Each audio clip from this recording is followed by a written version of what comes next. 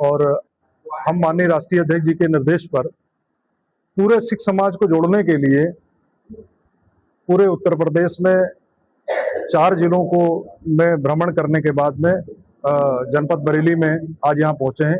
कल हम लोगों की यात्रा आरंभ हुई थी वहाँ से नवाबगंज से, और आज तमाम शहर में कार्यक्रम करने के बाद में हम यहाँ उपस्थित हुए हैं, क्योंकि सिख समाज इस 10 साल की सरकार में अपने आप को ठगा महसूस कर रहा है, क्योंकि एक भी उपलब्धि ऐसी नहीं है कि जो कह सकें कि हमने सिख समाज को ये काम दिया है।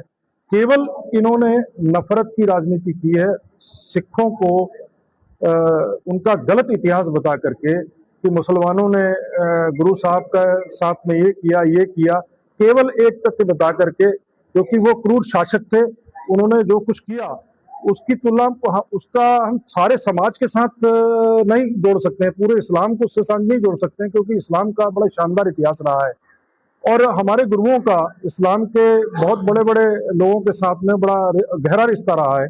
जैसे कि जब गुरु गोविंद सिंह महाराज जी के चारों बेटे शहीद हो गए और कुछ नहीं बचा था, केवल उनके शरीर में आधे कपड़े थे, उस वक्त गनी खां और नबी खां के आवास पर जाते हैं और वो उनकी सेवा करते हैं और उनको उच्च का पीर बना करके 10 लाख की फौज से निकाल के ले जाते हैं। तो ये बहुत बड़ी कुर्बानी गनी खां और नबी खां की थी, जिसे हम नहीं भूल सकता सिख समाज। और दूसरा फिर पीर बुद्धू शाह जी को नहीं भूल सकते हैं, जिन्होंने अपने 4 बेटे, 4 भतीजे और 700 मुरीद गुरु गोविंद सिंह जी के लिए कुर्बान करवा दिया। वो सैयद थे। तो क्या एक वजीर खान की वजह से हम लोग पूरे, या औरंगजेब की वजह से नहीं कर सकते ना? क्योंकि औरंगजेब के बेटे को जब गद्दी दिलवाई तो गुरु गोविंद सिंह जी ने ही, तारा आजम की मौत जो होती है वो सिखों के हाथों में होती है, और बहादुर शाह जफर जी को गुरु गोविंद सिंह ने ही गद्दी दिलवाई थी, इसी उत्तर प्रदेश के आगरा में। तो इसलिए ये धर्म को धर्म से लड़वा करके केवल वोट की राजनीति ये भारतीय जनता पार्टी और आरएसएस के लोग करते हैं, जो बिल्कुल ही मैं समझता हूं कि इन्होंने आज हमारे समाज में आप देख लीजिए, केवल 50 सीटों पे हम लोग जिताने हराने की ताकत रखते हैं, और केवल एक राज्य मंत्री है इन्होंने सिख समाज को दिया है, उसके पास भी कोई पावर नहीं है कि वो अपने समाज के लोगों का कुछ काम कर सके। आज हजारों एकड़ जमीन पे तलवार लटकी हुई है हमारी, वो जो मालिकाना हक हम लोग मांग रहे हैं, जिसमें 50 एकड़ जमीन इन्होंने छीन भी ली है हमारे सिख समाज की, और अब और छीनने जा रहे हैं। लखीमपुर खीरी में और पीलीभीत में छीनने जा रहे हैं ये लोग, क्योंकि अभी कुछ दिन पहले ही इन्होंने कैबिनेट में पास करके एक इन्होंने किया था कि हम सब लोगों को मालिकाना हक देंगे। बड़े बड़े भारतीय जनता पार्टी के नेताओं ने दावा किया था, लेकिन वो खोदा पहाड़ निकली चूहिया। अभी तक केवल जो है कुछ लोगों को, दूसरे समाज के लोगों को हम बधाई देते हैं, अच्छा काम किया है, उनके लिए जिनका काम हुआ है उनके लिए अच्छा है। ये सभी को मिलना चाहिए, मालिकाना हक सभी को मिलना चाहिए, क्योंकि हमारा समाज 70 सालों से उत्तर प्रदेश में रह रहा है और उत्तर प्रदेश के विकास में बहुत बड़ा योगदान है सिख समाज का, और देश की आजादी में तो है ही है, क्योंकि हम लोग 1947 में बहुत कुछ गंवाने के बाद पंजाब आए, और यहाँ के मुख्यमंत्री और देश के प्रधानमंत्री के आग्रह पर, उनकी चिट्ठी आज भी पंजाब सरकार के पास मौजूद है, उनके आग्रह पर हम लोग जो है उत्तर प्रदेश में आए।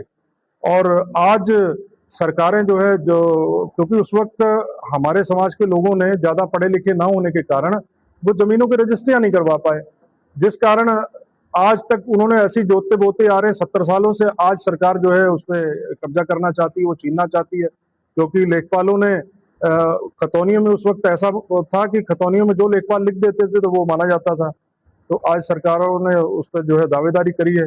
दूसरा सबसे बड़ा मुद्दा हमारे समाज का है कि गुरु नानक देव जी की एक बहुत बड़ा गुरुद्वारा जो हरिद्वार में था, ज्ञान गोदरी गुरुद्वारा साहब, 1984 में उसको जला दिया गया था, और उसके बाद सरकार ने उस जगह को अपने कब्जे में ले लिया।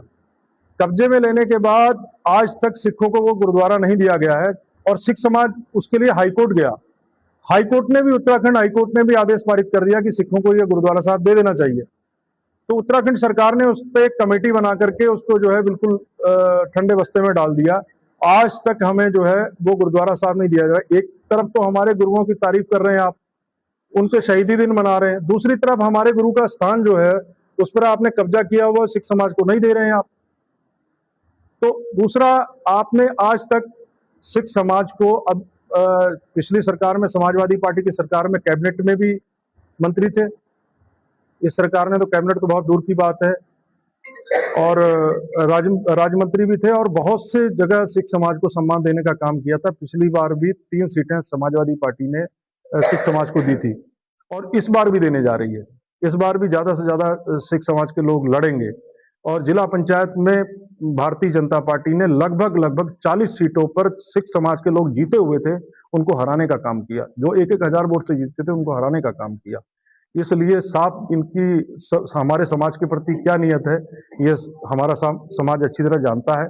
और इस बार इतनी जागृति है कि 6 जून को जो सिख सम्मेलन होने जा रहा है, उसमें हजारों की तादाद में जब हमारा सिख समाज लखनऊ में पहुंचेगा और पूरा मन बना चुका है हमारा समाज कि पीडीए समाज में हमारे समाज की भूमिका जो है बहुत अहम होने वाली है और 2027 के चुनाव में सिख समाज जो है 50 से ज्यादा सीटें अपने बलबूते पे जिता करके समाज बनाने में बहुत बड़ी भूमिका निभाने वाला है।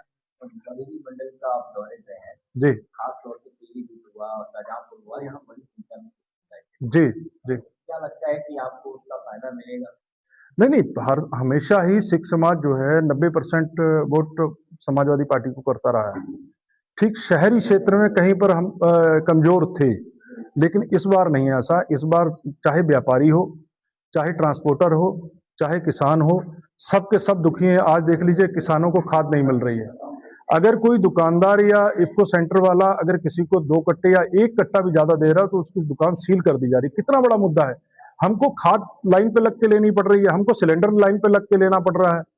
तमाम इतनी परेशानियां जो है हम लोगों को झेलनी पड़ रही हैं। तो 2027 का सब लोग इंतजार कर रहे हैं। आने दीजिए 2027, तो पूरे सभी समाज के लोग मिल करके समाजवादी पार्टी की सरकार बनने जा रही है। उस पर भी हमारी भी एक मांग है कि जाति जनगणना हमारे नेता की भी मांग है। माननीय राष्ट्रीय अध्यक्ष जी ने तो इस पे और माननीय नेताजी से जाति जनगणना पे लड़ाई लड़ी और भले ही लोकसभा में पास हो गया, लेकिन अब हम भी चाहते हैं कि हमारे समाज की भी जाति जनगणना हो ताकि हमें पता चल सके कि हमारे समाज की कितनी गिनती है, उसी हिसाब से भागीदारी सुनिश्चित होगी। अभी सरकार ला रही थी महिला जी, किया गया, उसका कहना है कि देखिए महिला बिल 3 साल पहले ही आ चुका है और सर्वसम्मति से आ चुका है, उसमें तो कहीं दो राय है ही नहीं। ये महिला बिल के नाम पर जो है दूसरा बिल लाना चाह रहे थे जिसका विरोध था।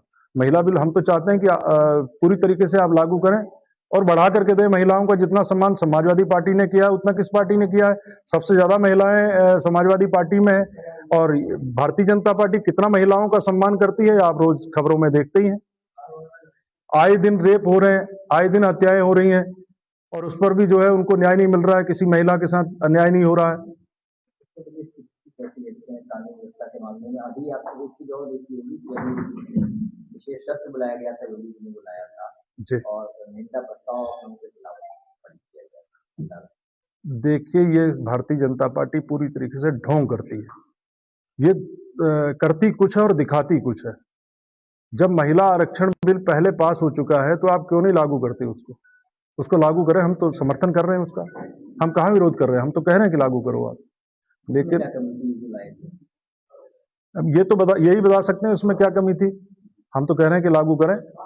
हमारे विधायकों ने माननीय सभी विधायकों ने कल प्रदर्शन भी किया है, विधानसभा के बाहर भी और अंदर भी। अभी आप देखिए ये अच्छे दिन आने वाले हैं और अच्छे दिन आने वाले हैं। ये महंगाई की मार इस चुनाव के बाद जो बंगाल में चुनाव हुआ है और इस चुनाव का इंतजार था, इन लोगों ने महंगाई रोक के रखी थी। अब बेतहाशा महंगाई जो है बढ़ने वाली है और आम लोगों की जेब में इसका जो जेब में वजन पड़ने वाला है और बहुत हर क्षेत्र में, अकेले सिलेंडर में नहीं, आप डीजल पेट्रोल में भी देखिएगा 2-3 दिन के बाद में हर चीज में महंगाई आएगी।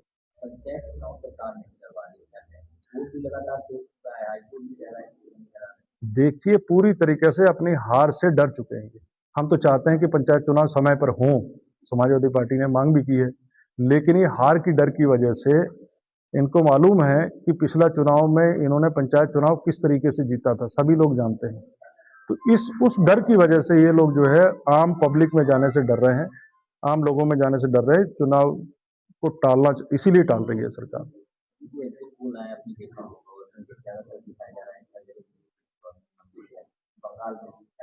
देखिए जब समाजवादी पार्टी 37 सीटें जीती थी ना, तो उस वक्त भी हमारी 5 सीटें एग्जिट पोल ने दिखाई थी। तो हम कैसे विश्वास कर लें? ये एग्जिट पोल जितने भी हैं ये सब बीजेपी के बनाए हुए एग्जिट पोल हैं, तो हम इन पे विश्वास नहीं करते। बंगाल में दोबारा से कुछ जगह पर वोटिंग हो रही है। जी, बंगाल में इतनी बुरी तरीके से आप लोगों ने देखा होगा, जो केंद्रीय सुरक्षा बल थे उन्होंने किस तरीके से लोगों के साथ लाठीचार्ज किया, वोट डालने से रोकने का काम किया, जहां अल्पसंख्यक समाज के लोग थे उनको डराने का काम किया। पूरी तरीके से ये बेईमानी पे उतरी हुई है। आम जनमानस से इनको कोई लेना देना नहीं है। ये जो है गुंडागर्दी करके चुनाव जीतना चाहते हैं केवल।